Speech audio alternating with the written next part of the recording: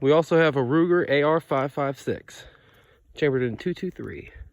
Loaded up with some freedom seeds. Let's get to it.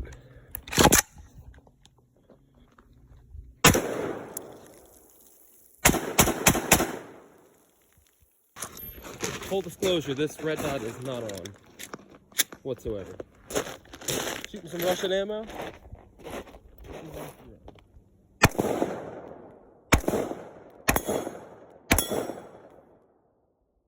out my steel.